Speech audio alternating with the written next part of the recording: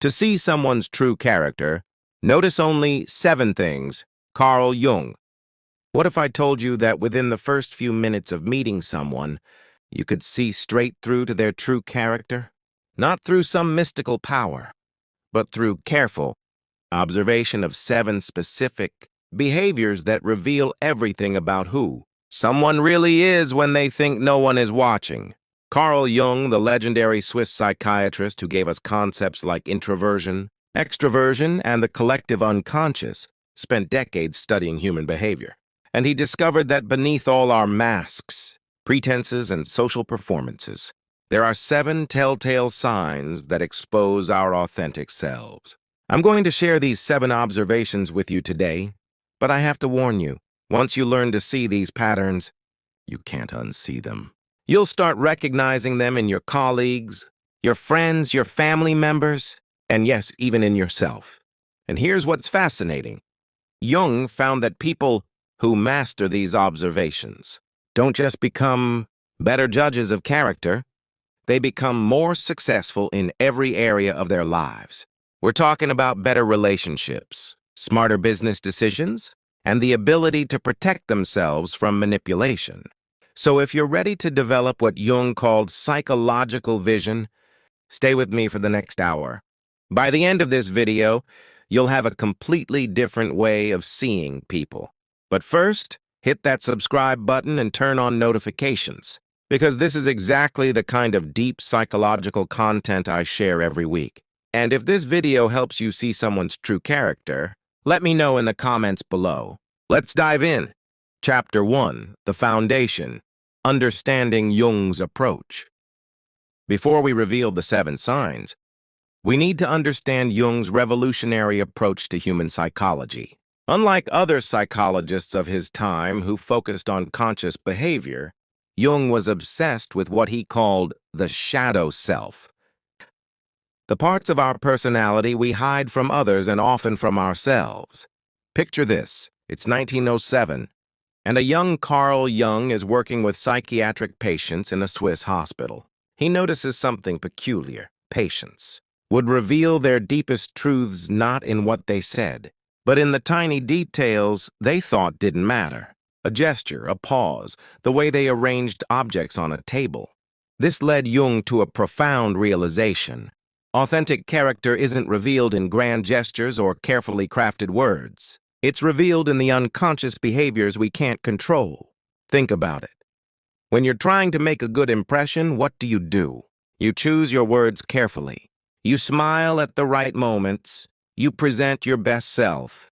But there are things you simply can't fake or control. And those are exactly what Jung learned to observe. Jung identified what he called the persona, the mask we wear in social situations, and the authentic self underneath. He spent decades developing techniques to see past the persona to the real person beneath. Now, before we get to the 7 signs, and trust me, number 4 is going to shock you, because it's something we all do but never think about. Let me ask you something. Have you ever met someone who seemed perfect at first, but something felt off?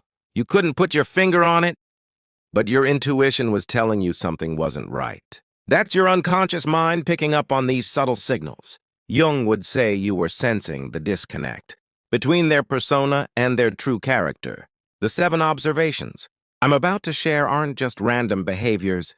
They're windows into what Jung called the collective unconscious, the deepest layer of human psychology that we all share.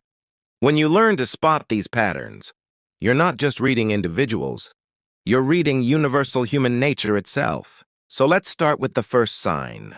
Chapter 2, Sign 1, How They Treat People Who Can't Help Them. The first sign Jung emphasized was perhaps the most revealing. Observe how someone treats people who have no power to benefit them. This isn't just about being polite. It's about revealing core values when there's no strategic reason to be nice. Let me tell you about 2 people I knew. Let's call them Sarah and Mike. Both were charming, successful professionals. At networking events, they were magnetic, funny, engaging, the kind of people everyone wanted to talk to. But here's where they differed. Sarah would arrive early to events and chat with the cleaning staff, remembering their names and asking about their families. When the waiter made a mistake with her order, she'd smile and say, "No problem. These things happen." She'd hold doors for people, say thank you to the parking attendant, and treat everyone with the same warmth she showed potential clients. Mike, complete opposite. He'd walk past service staff like they were furniture. If a waiter was slow, he'd snap his fingers or make sarcastic comments. He was polite to people who mattered to his career, but dismissive of anyone else. Jung would say that Sarah's behavior revealed what he called authentic integration. Her values were consistent regardless of the audience. Mike's behavior revealed what Jung termed shadow projection. He was unconsciously asserting superiority over people he perceived as less powerful to mask his own insecurities. I want you to think about this in your own life. When you're stressed or running late, how do you treat the barista at your coffee shop? The person taking your order at a drive-thru? The customer service representative on the phone? Jung found that people with strong character maintain consistent kindness regardless of hierarchy. They understand that everyone deserves basic respect, not because it benefits them, but because it reflects their core values. But why is this so revealing?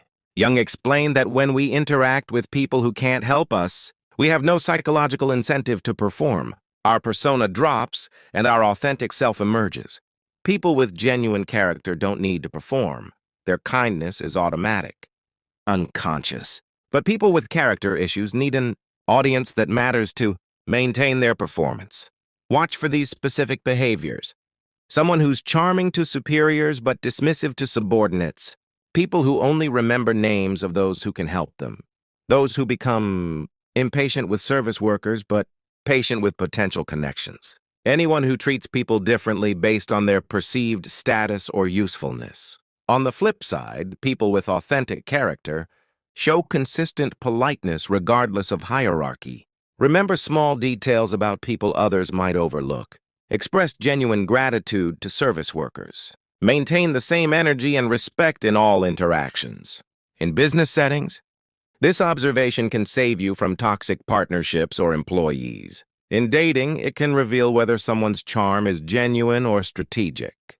In friendships, it shows you who will stick around when you can't offer anything in return. Now, that first sign might seem obvious once you think about it. But the second sign, Jung identified as much more subtle. It's about something we all do every single day, but most people never pay attention to it. And when you start noticing this pattern, you'll be amazed at what it reveals. Chapter 3. Sign 2. Their response to minor frustrations. The second sign Jung identified is absolutely fascinating. How someone responds to minor, everyday frustrations. Not major crises. Anyone can put on a brave face for big challenges. I'm talking about small irritations. Slow internet, traffic jams, a long line at the grocery store. And here's what Jung discovered that most people miss. These minor frustrations reveal someone's true emotional regulation and core temperament, better than any major life event ever could. I once went on a road trip with a friend, let's call him David, for months. I'd known him as this calm, collected guy. Great sense of humor, never seemed stressed, always had it together. But on this trip, his GPS stopped working. A minor inconvenience, right? His reaction was illuminating. He started cursing at the device. Hitting the dashboard, his whole mood shifted. Suddenly, he was snapping at me for suggesting alternative routes. Complaining about everything, the music, the temperature, even the car seats. Jung would explain this as the difference between conscious control and unconscious patterns. With major challenges, we consciously decide how to respond. We think, I need to handle this. Well, but minor frustrations catch us off guard. They reveal our default emotional programming. When someone faces a minor frustration, they don't have time to construct their persona. Their authentic emotional patterns emerge automatically. Right now, think about the last time your phone froze or you couldn't find your keys when you were already running late. What was your immediate reaction? Not the response you think you should have, your actual gut reaction. Jung found that our response to minor frustrations reveals three critical aspects of character. 1. Emotional regulation. People with strong character have developed what Jung called psychological resilience. They don't let small setbacks derail their emotional state because they understand these events don't define their day or their worth. Through perspective and proportion. Psychologically healthy individuals maintain perspective. They intuitively understand that minor frustrations are exactly that, minor. They don't catastrophize or let small problems balloon into major emotional events. 3. Self-awareness. Jung emphasized that people with developed character recognize their frustration without being controlled by it. They might feel annoyed, but they don't let that feeling dictate their behavior. Let me give you some specific patterns to watch for. Red flag responses. Disproportionate anger at minor inconveniences. Blaming others for circumstances beyond anyone's control. Letting small problems ruin their entire mood. Taking out frustration on innocent bystanders. Inability to laugh at minor setbacks. Positive character indicators. Acknowledging frustration but maintaining emotional equilibrium. Finding humor in annoying situations. Problem solving rather than just complaining. Maintaining kindness to others even when personally frustrated. Quick recovery from minor setbacks. Watch someone's response when technology doesn't work as expected. They're stuck in unexpected traffic. Service is slower than anticipated. Plans change at the last minute. Small mistakes happen, spilling coffee, forgetting something minor. Here's what Jung understood that most people miss. Minor frustrations are like psychological X-rays. They reveal the structures of someone's emotional architecture when all the performance pressure is off. This sign is incredibly useful for evaluating potential romantic partners. You'll see their true temperament. Assessing colleagues, how they handle workplace frustrations. Understanding friends, who stays positive when things go wrong. Self-reflection. What do your reactions reveal about you? Now, those first two signs focus on external behavior, how people treat others and handle situations. But the third sign Jung identified is much more internal and subtle. It's about something that happens in conversation that most people never notice, but once you see it, you'll spot it everywhere. Chapter 4. Sign 3. How they handle being wrong. The third sign is absolutely crucial, and Jung considered it one of the most revealing. Observe how someone handles being wrong, not just admitting mistakes. Anyone can do that when the evidence is overwhelming. I'm talking about their emotional and psychological response to the realization that they were incorrect. And here's what's fascinating. Jung found that this single behavior predicts almost everything about someone's character, their humility, their growth mindset, their ego strength, and most importantly, their relationship with truth itself. I want to tell you about a meeting I witnessed between two executives. Let's call them Jennifer and Robert. They were discussing a marketing strategy, and Jennifer made a statement about customer demographics that turned out to be completely incorrect when the data came in. Jennifer's response: "Oh wow, I was completely wrong about that. Thank you for bringing the data. This actually makes our strategy much clearer. I'm glad we caught this before moving forward." Robert, in a similar situation weeks later: "Well, the data might say that, but I still think my intuition about our customers is right. Numbers don't tell the whole story." He then spent 10 minutes explaining why his incorrect assumption might still be valid in some scenarios. Jung would identify Jennifer as having what he called ego flexibility, the ability to separate personal worth from being right. Robert exhibited ego rigidity, the unconscious belief that being wrong threatened his identity. Here's the psychological mechanism Jung discovered. People with strong character have learned to separate their ego from their opinions. Being wrong doesn't feel like a personal attack. It feels like learning. But people with fragile character structures unconsciously equate being wrong with being diminished. Their ego can't tolerate the temporary discomfort of being incorrect. Think about your own response when someone corrects you or proves you wrong. What's your immediate internal reaction, not what you show others? but what you feel inside? Red flag responses to being wrong. Immediate defensiveness or justification. Moving goalposts. Well, that's not what I really meant. Attacking the credibility of the person or source, proving them wrong. Minimizing the importance of being accurate. It's just details. Never directly acknowledging the error. Positive character indicators. Quick, genuine acknowledgement of the error. Curiosity about why they were wrong. Gratitude toward whoever corrected them. Integration of new information into their understanding. Comfort with saying, I don't know, or I was wrong. Jung understood that our relationship with being wrong reveals our relationship with growth itself. People with strong character see being corrected as valuable information. People with weak character see it as personal attack. There's an even deeper layer here. Jung found that people who handle being wrong well have developed what he called psychological security. They don't need to be right to feel valuable. Their self-worth isn't dependent on their infallibility. But people who struggle with being wrong are often compensating for deeper insecurities. Being wrong triggers unconscious fears of inadequacy or rejection. Watch this pattern in professional discussions and meetings, casual conversations about facts or events, debates about opinions or preferences, situations where expertise is questioned, moments when their memory is proven incorrect. Here's a practical tip Jung would appreciate. People who handle being wrong well are conversation enhancers. They make discussions better because everyone feels safe to share ideas without fear of defensive reactions. People who struggle with being wrong are conversation killers. Others learn to avoid correcting them, sharing different perspectives, or bringing up inconvenient facts. This observation is incredibly valuable for choosing business partners. Can they handle feedback and course corrections?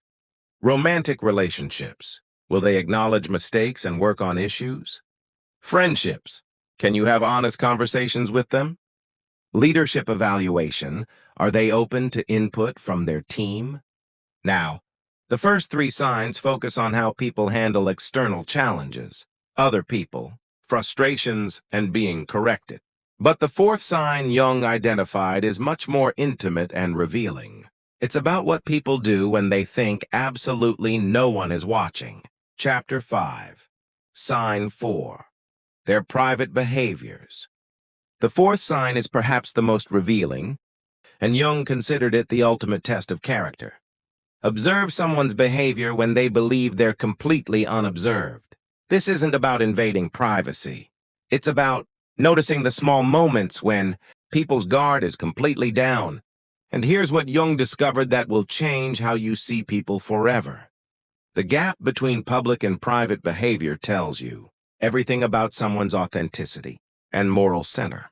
Let me share something that happened to me at a conference. I was staying at the same hotel as several colleagues. One evening, I was coming back from dinner when the elevator doors opened on the wrong floor. Inside was Tom, a guy from our office known for being environmentally conscious.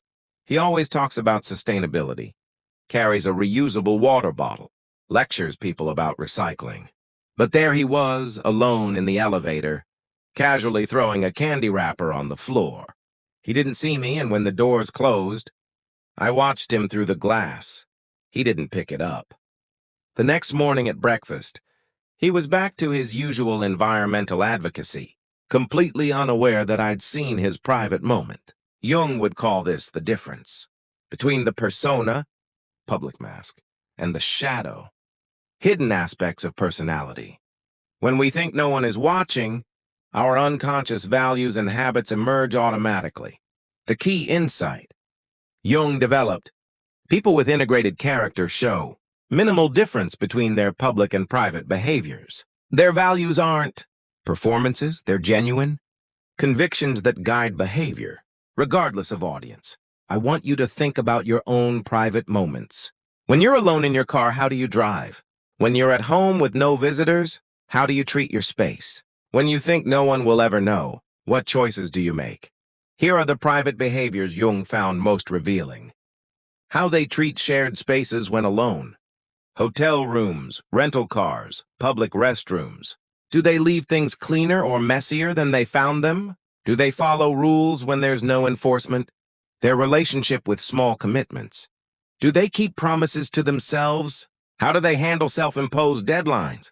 Do they maintain standards when no one else will know? Their consumption habits. What they watch, read, or listen to when alone. How they spend money when no one will see. Their approach to health and self-care in private. Jung understood that private behavior reveals what he called internalized values versus externalized performance. People with strong character have internalized their values. They behave consistently because their standards come from within, not from social pressure. People with weaker character rely on external validation and oversight. Remove the audience, and their behavior changes dramatically. Watch for these moments. How someone handles their shopping cart in a parking lot. Whether they return extra change when a cashier makes an error. How they treat rental property or borrowed items. Their behavior in empty elevators, hotel rooms, or rental cars. Whether they keep commitments to themselves. Here's a modern Jung would definitely notice. Observe someone's phone behavior when they think they're unobserved. Do they scroll mindlessly? Do they respect others' digital privacy? How do they handle notifications during conversations? Significant gap between public statements and private actions. Careless treatment of shared or borrowed property. Breaking their own rules when no one's watching. Consuming content that contradicts their public values. Inconsistency in effort when there's no external accountability. Consistent behavior regardless of audience. Taking care of others' property as if it were their own. Following through on private commitments to themselves. Maintaining standards even when no one will know. Private habits that align with public values. This observation helps you. Evaluate roommates, partners, or housemates. Assess the trustworthiness of business associates. Understand which friends will be reliable long-term. Recognize authentic versus performative behavior in any context. Jung believed that private behavior was the ultimate character test because it reveals who someone is when there's no strategic reason to maintain an image. It shows their default programming, their unconscious values, their true relationship with integrity. Now we've covered how people handle others, frustrations, being wrong, and private moments. But the fifth sign, Jung identified, is about something much more subtle. It's about energy, and once you learn to read it, you'll understand people on a completely different level. Chapter 6, Sign 5, The Energy They Bring to Spaces. The fifth sign Jung identified is absolutely fascinating and often overlooked. The energy someone brings into a space. Not their mood or what they say, but the subtle energetic shift that happens when they arrive. Jung discovered that people unconsciously broadcast their inner psychological state, and others pick up on these signals without even realizing it. You can feel someone's character before they even speak. Have you ever experienced this? Someone walks into a room, and even though they haven't said anything inappropriate or done anything obviously wrong, the energy just shifts. Maybe conversations become more guarded or people seem less relaxed. Or there's just a subtle tension that wasn't there before. I remember a team meeting where everything was flowing well. People were collaborating, laughing, sharing ideas freely. Then our department head walked in. Again, he didn't say anything negative, didn't criticize anyone, but within minutes the dynamic changed. People became more careful with their words, less spontaneous, more formal. Jung would explain this through what he called psychological contagion. Our unconscious minds are constantly reading and responding to subtle signals from others, body language, vocal tone, facial microexpressions, even energy levels. People with different character structures broadcast different psychological frequencies, and others unconsciously attune to these frequencies. Energy drainers, psychological vampires. These people leave spaces feeling heavier than they found them. They might not say anything explicitly negative, but their presence makes others feel more tired or drained, less creative or spontaneous, more guarded or careful, slightly anxious or tense. Energy enhancers, psychological catalysts. These people elevate the spaces they enter. Their presence makes others feel more energized and alive, more creative and willing to take risks, more authentic and relaxed, optimistic and engaged. Think about the people in your life. Who makes you feel more alive when they're around? Who leaves you feeling drained after spending time together? This isn't about introversion or extroversion. It's about the quality of energy someone carries. Energy drainers often focus conversations on problems without seeking solutions, bring up past grievances or negative experiences, make subtle critical comments about others, create competition rather than collaboration, need to be the center of attention, project their insecurities onto situations. Energy enhancers typically show genuine curiosity about others, bring optimism without toxic positivity, share credit and celebrate others' successes, ask questions that make people think differently, create psychological safety for others, maintain emotional equilibrium even under stress. Jung understood that our energy comes from our relationship with life itself. People with integrated character have what he called psychological vitality. They're comfortable with themselves, so they don't need to drain energy from others to feel alive. People with character issues often have what Jung termed energy deficits. They unconsciously seek to fill their psychological emptiness by drawing energy from their environment and the people in it. You can observe this pattern. In meetings, who makes discussions more productive versus more draining? At social gatherings, who elevates the conversation versus who brings it down? In family dynamics, who brings harmony versus who creates tension? In work environments, who inspires collaboration versus who creates competition? Here's something Jung discovered that's particularly relevant today. Authentic people have more consistent energy. They don't have dramatic energy swings based on their audience because they're not performing different versions of themselves. Inauthentic people often have inconsistent energy, high and performative with some audiences, low and draining with others. Jung also noted that people with strong character serve as psychological mirrors.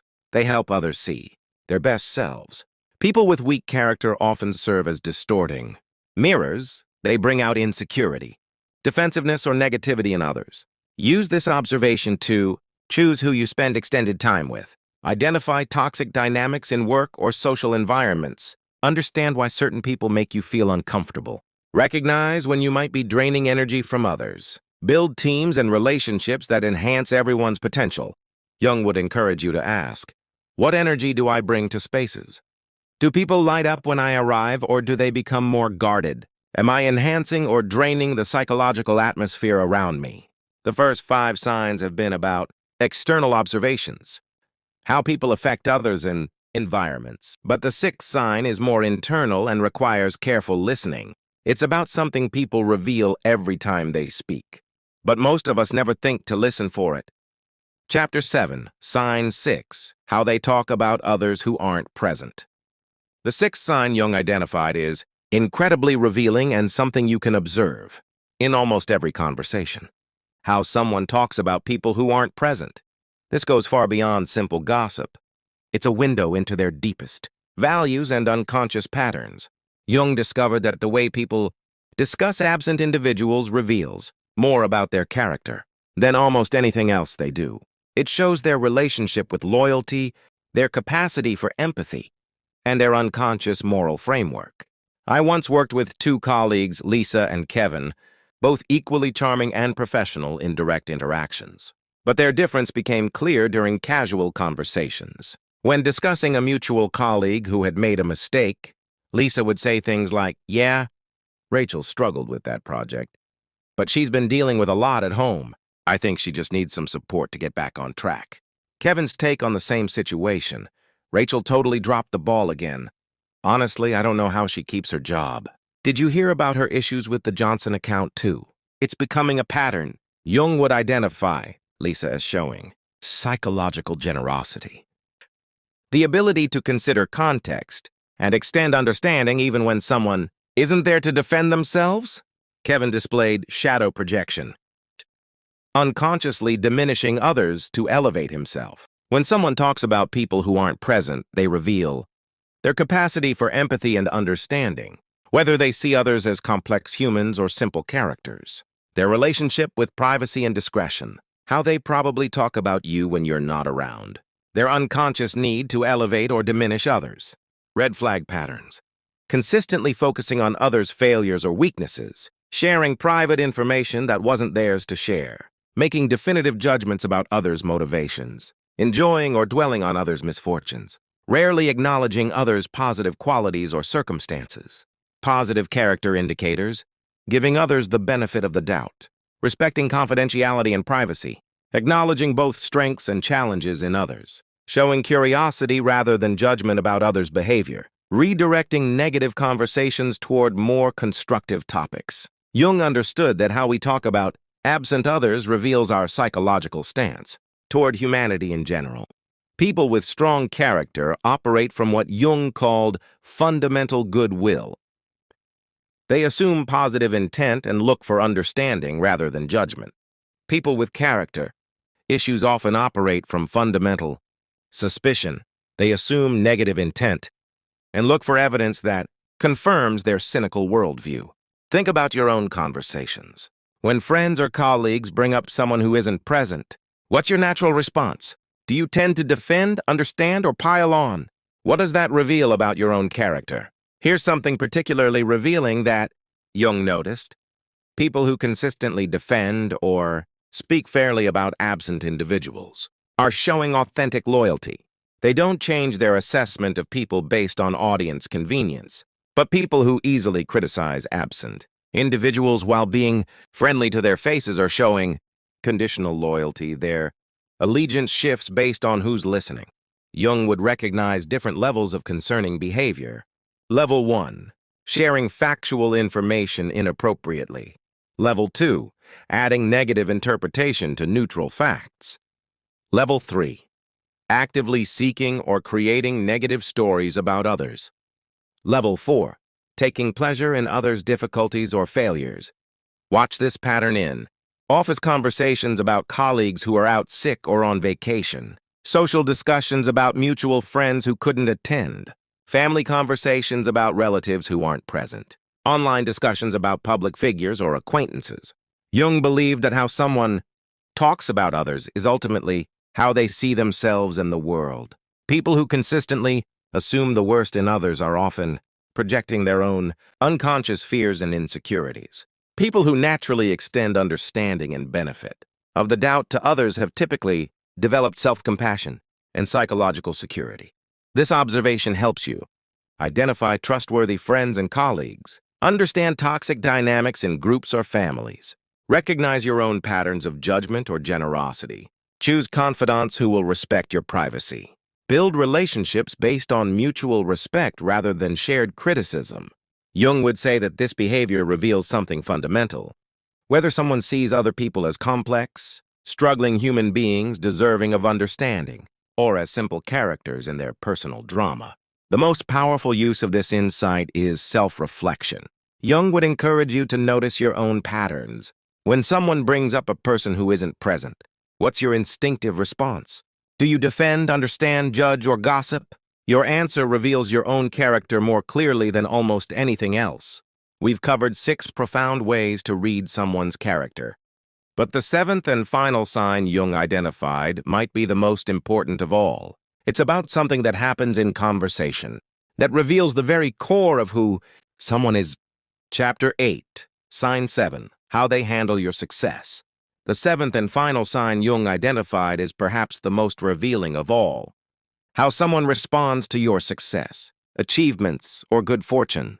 This single response tells you everything about their character, their security, and their true feelings toward you. Jung discovered that genuine success, yours or others, acts like a psychological X-ray, revealing the hidden structures of someone's character that remain invisible in ordinary circumstances. Let me tell you about a pivotal moment that changed how I see people forever. I had just gotten a significant promotion at work, something I'd been working toward for years. I was excited to share the news with my social circle. The responses were illuminating. My friend Maria immediately lit up. "Oh my God, that's incredible. You've worked so hard for this. I'm so proud of you. We have to celebrate. When are you free this weekend?" My colleague Jake's response, "Oh, that's cool. Yeah, I heard they were looking for someone for that role. Lucky timing, I guess." By the way, did you hear about the budget cuts in other departments? My friend Sarah. Wow, congratulations. Tell me everything. What will you be doing? How are you feeling about it? This is such great news! My acquaintance Tom. Huh, interesting. I know someone else who was up for that position too. They must be pretty disappointed. Well, more responsibility, more stress, right? Jung would identify these as 4 distinct character types. Maria, genuine celebration. Secure people who can celebrate others without feeling diminished. Jake, deflection minimization. Insecure people who unconsciously diminish others' achievements. Sarah, genuine interest. Emotionally mature people who engage authentically with your experience. Tom, passive undermining. Threatened people who can't help but introduce negative elements. Jung understood that someone's response to your success reveals their deepest psychological relationship with abundance, competition, and self-worth. Here's what Jung discovered. People with integrated character operate from what he called abundance mentality. They believe there's enough success, love, and recognition to go around. Your win doesn't threaten their possibilities. People with character deficits operate from scarcity mentality. They unconsciously believe that your success somehow diminishes their own potential or worth. Red flag responses to your success. Immediate deflection to their own achievements or struggles. Subtle undermining. Must be nice to have those connections. Backhanded compliments. Good for you, I could never be that ambitious. Focus on potential negative consequences. More money, more problems. Competitive comparisons. I remember when I got my first big break. Changed behavior towards you after your success. Positive character indicators. Immediate, genuine enthusiasm and celebration. Specific questions about your experience and feelings. Offers to celebrate or acknowledge the achievement. No need to mention their own situation or achievements. Continued consistent treatment of you after your success. Pride in your accomplishment as if it were their own family members. Jung would say that your success acts as a friendship filter. It reveals who celebrates your growth and who feels threatened by it. People who struggle with your success are showing you something profound about their character and their true feelings toward you. This is why Jung considered this the ultimate character test. It's almost impossible to fake genuine celebration. The micro-expressions, the energy, the follow-up behavior. Authentic joy for others comes from a secure, generous heart that can't be performed. Think about the last time you shared good news with people in your life. Who celebrated with you? Who deflected or minimized? Who made it about themselves? Those responses told you everything about who these people really are. Jung would also encourage you to examine your own responses to others' success. When someone you know achieves something significant, what's your immediate internal reaction? That reveals your own character development and areas for growth. Use this observation to identify your true friends versus fair-weather friends. Recognize toxic family dynamics around achievement. Choose business partners and colleagues who will support your growth. Understand why certain relationships feel draining or competitive. Build a circle of people who genuinely want the best for you. Jung believed that learning to genuinely celebrate others' success is a mark of psychological maturity. It requires security, empathy, and what he called ego transcendence. The ability to feel joy that isn't centered on yourself.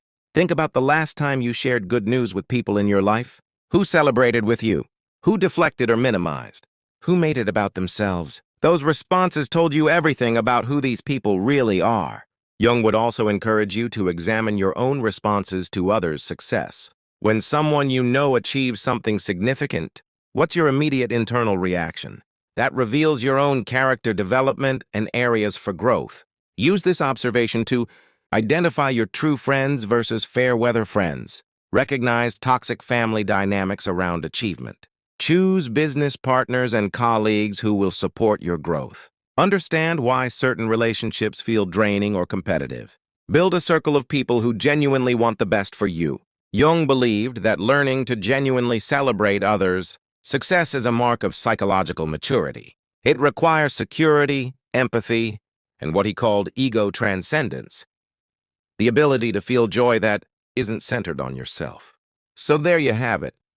Carl Jung's 7 profound ways to see someone's true character.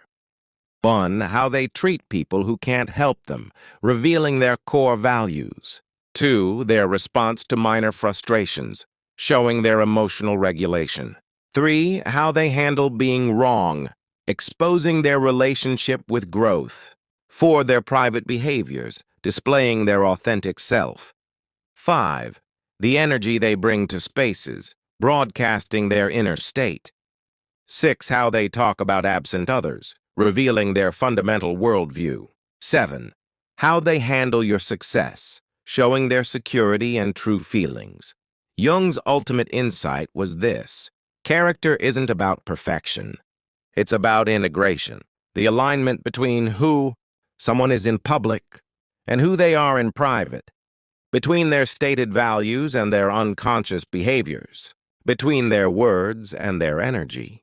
People with strong character aren't flawless, but they're authentic. They're working on themselves.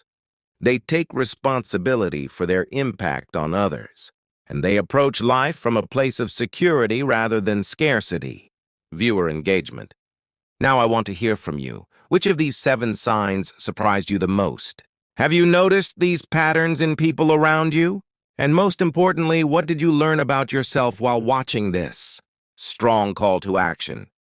If this video helped you see people and yourself more clearly, please hit that like button and subscribe for more deep psychological insights. Share this with someone who would benefit from understanding these patterns. And remember, Jung would want you to use these observations not to judge others, but to choose better relationships and become more self-aware. The goal isn't to become a psychological detective. It's to surround yourself with people of genuine character and to develop that character in yourself. Final thought. As Jung himself said, everything that irritates us about others can lead us to an understanding of ourselves. Use these 7 signs as mirrors for your own growth and watch how your relationships and your life transform. Thanks for spending this hour with me exploring the depths of human character. Until next time, keep growing, keep observing, and keep becoming the person you're meant to be.